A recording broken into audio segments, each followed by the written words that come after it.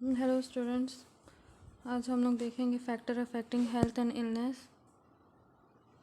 Factor कौन कौन से फैक्टर है जो हेल्थ को अफेक्ट करते हैं और इलनेस को कॉज करते हैं। There are various factor affecting health and illness.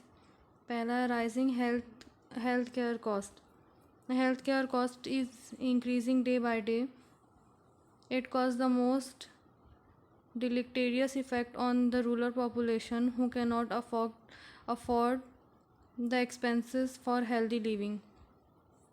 अभी के टाइम में जब क्या हो रहा है कि हेल्थ केयर का कॉस्ट दिन ब दिन क्या हो जा रहा है, इंक्रीज़ हो रहा है, ठीक है। जिसकी वजह से क्या होता है, जो ये क्या कॉज करता है, बहुत सारे डिलेक्टेरियस इफ़ेक्ट को कॉज करता है, जो क्या है रूरल पॉपुलेशन वाले पीपल्स के लिए रहता है, ठीक है।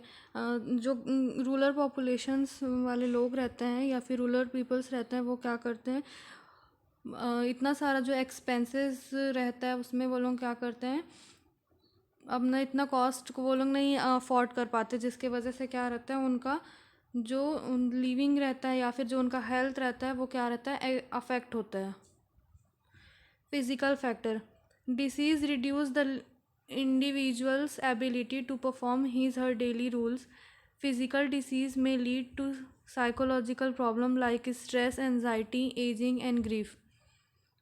कई फिजिकल फैक्टर के वजह से क्या होता है, डिसीज़ क्या करता है, इंडिविजुअल्स जो डिसीज़ रहता है वो क्या करता है, इंडिविजुअल के एबिलिटी को अफेक्ट करता है, जो उसके जो डेली वो परफॉर्म करता है, जो उसका डेली रोल रहता है, ठीक है, जो भी डेली काम रहता है उसको वो क्या करता है, इंडिविजुअल का अफेक्ट करता है। डिसीज़ की वजह से वो क्या रहता है, जो भी इंडिविजुअल रहता है वो अच्छे से काम नहीं कर पाता, ठीक है। फिजिकल डिसीज़ में लीड साइकोलॉजिकल प्रॉब्लम। फिजिकल और साइकोलॉजिकल जो एस्पेक्ट रहता है वो क्या रहता है, एक दूसरे से को रिलेट करते हैं। तो अगर आप फिज़िकल अगर आपको डिसीज़ है तो वो क्या करता है, साइकोलॉजिकल प्रॉब्लम को कॉज करता है, और अगर आपको साइकोलॉजिकल प्रॉब्लम है तो वो क्या करता है, आपको फिज़िकली डिसेबल बनाता है, ठीक है। तो फिज़िकल डिसीज़ में क्या देखेंगे, फिज़िकल डिसीज़ जो रहता है वो क्या करता है, साइकोलॉजिकल प्रॉब्लम देता है, जैसे कि स्ट्रेस, एनजाइटी, ठीक है। साइकोलॉजिकल में देखेंगे आपको स्ट्रेस होगा, एनजाइटी होगी, ठीक है, एजिंग और ग्रीफ। थर्ड है एजिंग।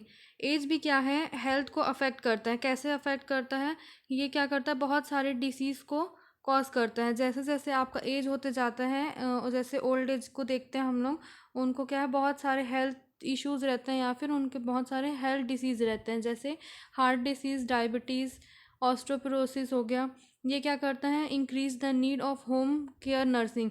ये होम केयर नर्सिंग को इंक्रीज़ करता है, क्योंकि जो ओल्ड एज या फिर जिनका एज ज़्यादा हो जा रहता है, जो लोग डिसेबल रहते हैं, वो लोग क्या रहता है, हॉस्पिटल जाके अपना केयर नहीं करवा पाते, तो उनको क्या रहता है, होम केयर नर्सिंग की ज़रूरत रहती है। लेकिन ये क्या है, बहुत ज़्यादा कॉस्टली रहता है, इस वजह से क्या रहता है, हर एजेंसी ये चीज़ों को नहीं प्रोवाइड करता। फिर आता है psychological factor. The loss may be of job, children और family member, person experience a period of disintegration and it continue until they find a way to cope with the loss. Psychological factor में क्या रहता है, psychological कोई भी factor हो सकता है, जैसे कि अगर आप अपने जॉब को खो दिए, जैसे लॉस ऑफ जॉब हो गया, ठीक है, चिल्ड्रंस या फिर फैमिली मेम्बर्स की किसी के चले जाने का, किसी का भी आपको क्या होता है, ये अफेक्ट करता है, ठीक है। तो पर्सन क्या करता है, एक्सपीरियंस करता है, अलग अलग टाइम पे डिसइंटीग्रेशन को वो क्या करता है, फेस करता है, ठीक है, पीरियड ऑफ डिसइंटीग्रेशन को वो फेस करता है। और ये क्या है, तब तक चलता है जब तक ये रास्ता नहीं ढूंढ लेते, मतलब आप जब तक इस चीज़ से बाहर निकलने के लिए इस चीज़ को कॉप अप नहीं कर लेते, अपने जो भी आपका लॉस है उससे, तब तक ये है साइकोलॉजिकल फैक्टर ऐसे ही चले रहता है। फिर फिफ्थ है इन्वायरमेंटल फैक्टर। इन्वायरमेंटल फैक्टर में क्या आता है, environment is define as all which is external to the individual. Environmental क्या है, एक्सटर्नल रहता है इंडिविजुअल के, ठीक है, जो क्या करता है, किसी भी इंडिविजुअल को अफेक्ट करता है। फिजिकल, बायोलॉजिकल और साइकोलॉजिकल फैक्टर इन्वायरमेंटल फैक्टर के अंदर आते हैं। तो पहला फिजिकल फैक्टर। फिजिकल फैक्टर में हम लोग क्या देखते हैं, air, water, soil, housing, climate, heat, light, noise, radiation etcetera. Polluted environment continues to be the main health problem. It include air pollution, urbanization, radiation hazards. ठीक है। फिजिकल फैक्टर में हम लोग देखते हैं, फिजिकल फैक्टर में जैसे कि एयर, वाटर, सॉइल हो गया, हीट, लाइट, नॉइजिंग, रेडिएशन, क्लाइमेट के वजह से क्या होता है, बहुत सारे अलग अलग हेल्थ इश्यूज हम लोगों को देखने के लिए मिलते हैं, ठीक है। अगर क्लाइमेट भी चेंज होता है, हीट होता है, लाइट होता है, वाटर, तो इन सब चीज़ की वजह से हम लोग को हेल्थ इश्यूज झेलने पड़ते हैं, ठीक है। फिर polluted environment continues to the main health problem. Polluted environment क्या रहता है, मेन हेल्थ प्रॉब्लम क्रिएट करता है, ठीक है। जैसे it include air pollution, urbanisation, radiations, hazard, ठीक। फिर बायोलॉजिकल इन्वायरमेंट में क्या आता है, it include virus, microbial agents, insect, animal और प्लांट। बायोलॉजिकल में आता है virus, microbial agent, insect, animal और प्लांट। ये क्या करते हैं, they act as disease producing agent. ये डिसीज प्रोड्यूसिंग एजेंट के जैसे काम करते हैं। और रिजर्वियर टू इन्फेक्शन, ये क्या है, एक रिजर्वियर है, ठीक है। इसके ज़रिए क्या होता है, इन्फेक्शन कॉज होता है। Intermediate host and vector of disease, ये क्या है, ये जो बायोलॉजिकल फैक्टर है वो क्या रहते हैं, इंटरमीडिएट होस्ट और वेक्टर ऑफ डिसीज़ रहते हैं, जिसके वजह से ट्रांसमिट होता है ह्यूमन बॉडी में, जिसके वजह से इलनेस को कॉज करता है ये। फिर साइकोलॉजिकल इन्वायरमेंट, साइकोलॉजिकल इन्वायरमेंट में क्या आएगा, ये क्या करता है, include social, economic and cultural aspect.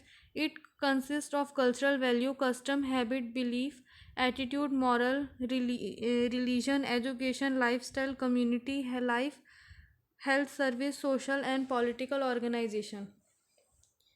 Psychological environment में क्या रहता है, ये सोशल, इकोनॉमिक और कल्चरल एस्पेक्ट्स से मिलके बना रहता है, ठीक है। अलग अलग लोगों के, जैसे कि हम लोग देखते हैं कि अलग अलग कम्युनिटी या फिर अलग अलग पीपल के क्या रहते हैं, अलग अलग कल्चरल वैल्यू, कस्टम, बिलीफ रहता है, ठीक है। उनका अलग अलग जो रिलीजन्स रहता है, उनका एजुकेशन, लाइफस्टाइल रहता है। तो ये भी क्या करता है, ये एक फैक्टर है जो क्या करता है, हेल्थ को अफेक्ट करता है, ठीक है। Social environment has both positive and negative aspects on the health of individual and community. जो सोशल इन्वायरमेंट है वो क्या बोथ पॉजिटिव और निगेटिव एस्पेक्ट देता है इंडिविजुअल के हेल्थ के लिए और कम्युनिटी के लिए। A favourable social environment can improve health. जो फेयरेबल सोशल इन्वायरमेंट है वो क्या करता है, हेल्थ को इम्प्रूव करता है, सेंस ऑफ फुलफिलमेंट देता है और क्वालिटी ऑफ लाइफ को भी वो इंक्रीज़ करता है, ठीक है। अगर हमको वैसा वातावरण मिल रहा है तो उससे क्या होता है, जिसको हमारा शरीर एब्जॉर्व करता है या फिर मानता है, तो वो क्या करता है, हमारे हेल्थ को इम्प्रूव करता है। They also have negative effect on human health. तो कभी कभी क्या होता है, ये निगेटिव इफेक्ट भी दिखाता है ह्यूमन लाइफ को, ठीक है। तो इसमें सोशल इन्वायरमेंट कैसे दिखाता है, पॉवर्टी हो गया, migration, loss of employment, birth of a handicap child में produce a feeling of anxiety, fear, depression and frustration, ठीक है। ये सारे सोशल इन्वायरमेंट है जिसके वजह से क्या होता है, हेल्थ को अफेक्ट करता है ये। फिर सिक्स्थ है होस्ट फैक्टर। होस्ट फैक्टर में क्या आता है, पहला है डेमोग्राफिक कैरेक्टरिस्टिक्स। डेमोग्राफिक के अंदर आता है एज, सेक्स, एथिनिसिटी। एथिनिसिटी मतलब आपका बैकग्राउंड, आप कहाँ से बिलोंग करते हैं, या फिर आपके आसपास का कल्चर या जो भी चीज़ वो उसके अंदर आता है कि आप कहाँ से बिलोंग करते हैं, ठीक है। फिर बायोलॉजिकल कैरेक्टरिस्टिक्स। बायोलॉजिकल कैरेक्टरिस्टिक्स में क्या आता है, दैट इज़ जेनेटिक फैक्टर, ठीक है। जेनेटिक के वजह से भी क्या होता है, कई डिसीजेस कॉज करते हैं। फिर बायोकेमिकल और physiological functions of the organ. Biochemical और फिजियोलॉजिकल फंक्शंस हमारे बॉडी के कारण भी क्या होता है, हमको डिसीज़ होने के चांसेस रहते हैं, ठीक है, या फिर ये हमारे हेल्थ को अफेक्ट करता है। सोशल एंड इकोनॉमिक कैरेक्टरिस्टिक्स क्या रहता है, socio economic status, education, occupational and marital status, ठीक। इन सब चीज़ों की वजह से भी क्या होता है, अगर आपका उतना एजुकेशन नहीं है, ना आपका ऑक्यूपेशन है, आपका मैरिटल स्टेटस भी उतना बैलेंस नहीं है, या फिर आपका सोशो इकोनॉमिक स्टेटस, तो ये क्या करता है, आपके हेल्थ को अफेक्ट करता है। फिर आता है लाइफस्टाइल फैक्टर। लाइफस्टाइल में आपका क्या आता है, personality, living habit, nutrition, exercise, physical exercise, alcohol, drugs. अब ये सब चीज़ें अगर अगर हम अल्कोहल ले रहे हैं, ड्रग्स ले रहे हैं, फिजिकली हम लोग फिट नहीं है, न्यूट्रिशन नहीं ले रहे हैं, लिविंग स्टाइल अगर आपका ठीक नहीं है, तो वो भी क्या करता है, हेल्थ को अफेक्ट करता है। फिर है बिहेवियर पैटर्न। फिर नेक्स्ट है एजेंट फैक्टर। एजेंट फैक्टर में क्या रहता है, this are defined as substance that are living और नॉन लिविंग। ये एक ऐसा सब्सटेंस को डिफाइन करता है एजेंट जो लिविंग भी है या फिर नॉन लिविंग भी है, जो हम लोग क्या करता है, डिसीज़ को कॉज करता है या डिसीज़ को बनने के लिए इसके प्रोसेस में मदद करता है, ठीक है। जैसे बायोलॉजिकल एजेंट, बायोलॉजिकल एजेंट में आता है वायरस हो गया, bacteria. Nutritional agent, nutritional agent जो रहते हैं प्रोटीन, फैट, मिनरल, विटामिन्स, अगर ये भी हमारे बॉडी में ज़्यादा है या फिर कम है तो उसके वजह से भी क्या होता है, डिसीज़ कॉज करता है या फिर हेल्थ इश्यूज़ होते हैं। फिर physical agent, physical agent excessive cold, heat, pressure, humidity. Mechanical agent, mechanical agent means forces और फ्रिक्शन, absence और excess of a factor necessary to health, that is chromosomal factor और immunological factor। chromosomal factor और immunological factor भी health के लिए affective रहता है। फिर social agent, social agent that is culture and ethnic background in maintenance of health.